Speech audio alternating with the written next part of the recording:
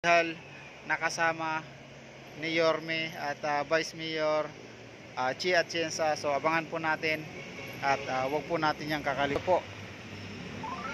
Ayan. So yun nga lang, hindi siya napabilis yan. Medyo tumagal itong Ramon Magsaysay na to.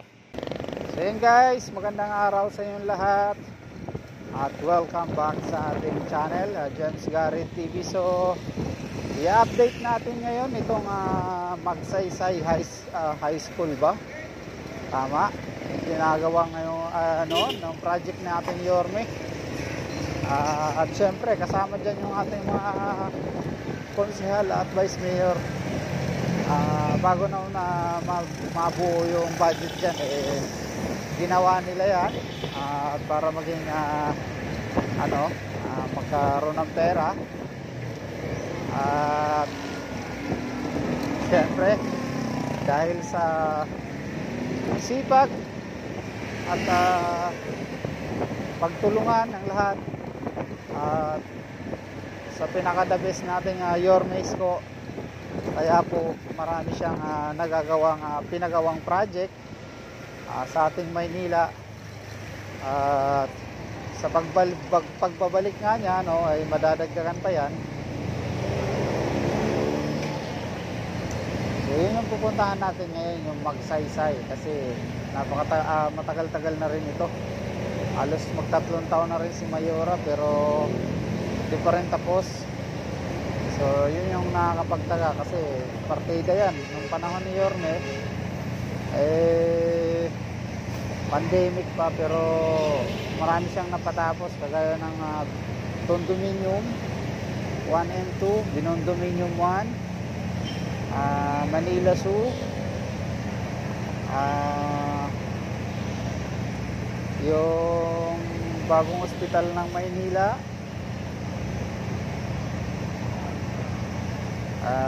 syempre marami pang iba.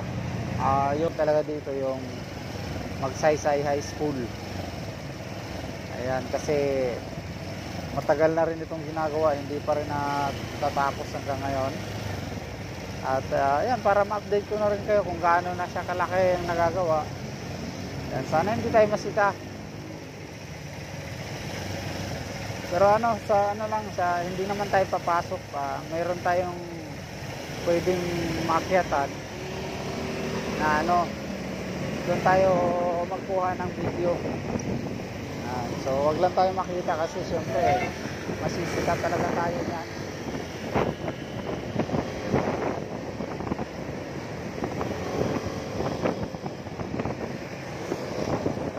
So maluwag guys kasi linggo. Maluwag yung kalsada.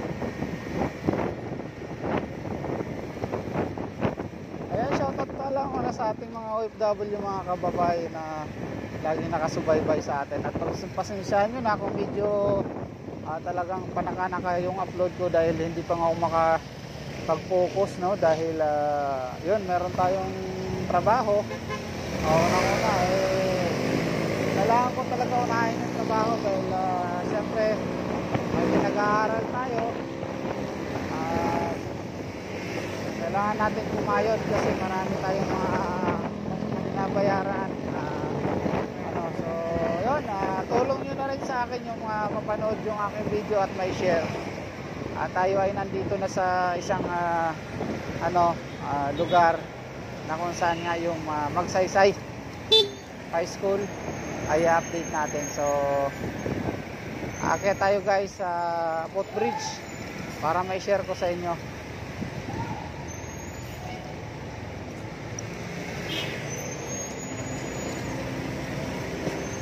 Ayan, tatabi lang ako dito.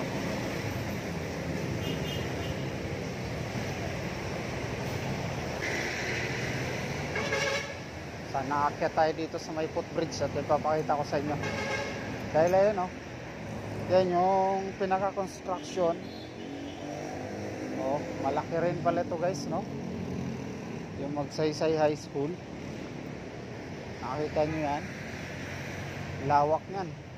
So akyat tayo dito sa footbridge.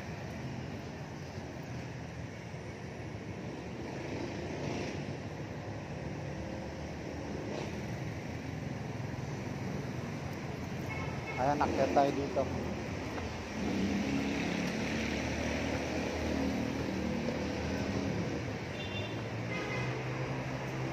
Okay.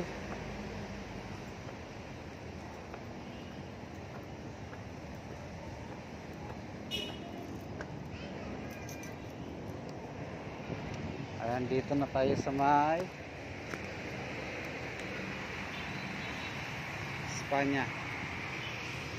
Ayan. Espanya Boulevard.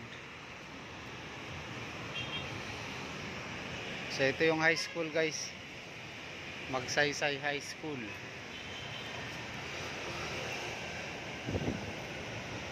Yung project na Yorme.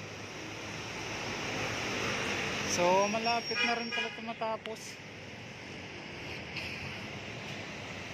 Ayan, oh. Halos dulo na rin. Pero taon pa bibilangin ito. Taon pa ito, guys. Baka makaupo pa si Yorme ng isang taon bago matapos to. Ayan. Magsaysay High School. Ay, tingnan nga natin dito yung ano. 10 story. 232 classroom. Ayan, ipapakita ko sa inyo. Kasi pag natapos, Espanya Boulevard Corner, Sampaloc, Manila. Ayan, Don Quixote Street. So, funding source special ano. Ayan. Oh. So, malapit na rin pala siya matapos. Ayun yung mga billboard kasi, guys, medyo ano nata luma na rin. Natagal na siya, ulan init na sira na. So yun, guys, isa ito sa yun nga na binabato dito sa ating Yorme Isko na utang, puro utang. Pero ito po. Ayan. So yun nga lang, hindi siya napabilis yan. Medyo tumagal ito. Itong Ramon Magsaysay na to. Pero syempre napakaswerte pa rin ng mga bata pag once na ito ay natapos, kasi napakagandang high school to. Kagaya nung Dr. Alejandro Albert Elementary School. Ayan.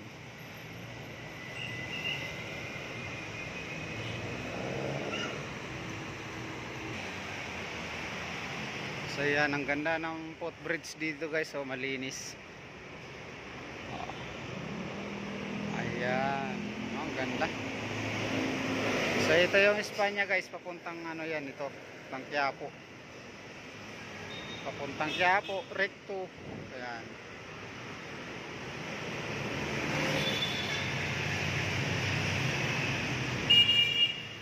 So abang-abang tayo sa pagtapos nitong project na to ni Yorme. At maabutan niya rin ulit, sa pagbalik niya makikita niya ulit yung Ramon Magsaysay High School. Ayan. Alam mo naman yung ating Yorme, napakadabis talaga pag nag-project yan. Ayan. So matatapos na rin naman si Mayora sa kanyang ayan, makikita niyo yung Ramon Magsaysay High School yan. So matatapos na rin naman si Mayora sa kanyang termino. Ayan, yung ating Yorme yung papalit. So sakto, tapos na rin ito. So si Yorme na rin yung mag-inaugurate.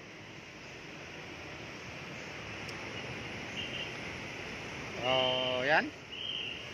Sakto itong high school na to, kasi nasa footbridge talaga siya. Ayan. Kung halimbawa dito bababa or doon man sa kabila, ayan, may footbridge.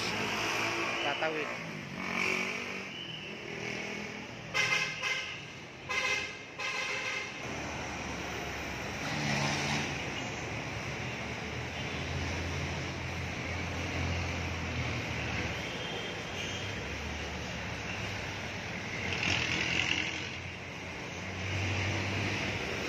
So yan, guys, yan yung Magsaysay, Ramon Magsaysay High School. Update natin. So yan lang, guys, maraming salamat. At ayan, sana napanood nyo rin yung ating video at nagustuhan nyo. Ayan, lalo sa mga batang Maynila. Ayan, nakaka-excite po itong Ramon na Magsaysay High School dahil malapit na rin ito matapos. At sa pagbalik ni Yorme, ito isa itong sa napakagandang salubong. Ayan, at sa mga iba pang soon project ng ating Yorme Isko na gagawin niya sa Maynila, nakaka-excite. At ayan, syempre pagbabalik kaayusan, kalinisan ng Maynila. So ayan, shoutout sa mga batang Maynila. Ayan, mula District 1 hanggang District 6. At syempre sa ating mga papasok na congressman, ayan, si Congressman Ernest Junicio. Ayan, ibalik natin ulit. At Congressman Carlo Lopez, ayan, sa District 2. Ayan, District 3 naman si Apple Nieto. Ayan, wag natin kalimutan. District 4, Congressman JTB. Ayan, Joel Villanueva ba? Tama. Ayan, GTB. Ayan. So sa Distrito 5 naman po si Amado Bagatsing. Ayan, si Kabaka. Ayan, Congressman Amado Bagatsing. So at syempre yung ating District 6, Congressman Joey Uy. So yun po yung Yorme's choice natin. So wag po natin yung kalimutan dahil sila po at syempre yung mga konsihal na kasama ni Yorme at Vice Mayor Chi Atienza. So abangan po natin at wag po natin yung kakalimutan. So maraming salamat at hanggang dito na lang po tayo at abangan nyo yung ating next update. Yung ibang school pa at yung sa Top Avenue naman, yung Manila Science, i-update din natin at papakita ko rin sa inyo yung kalagayan doon sa Manila Science High School. So thank you guys, maraming salamat. Bye bye Manila, God first.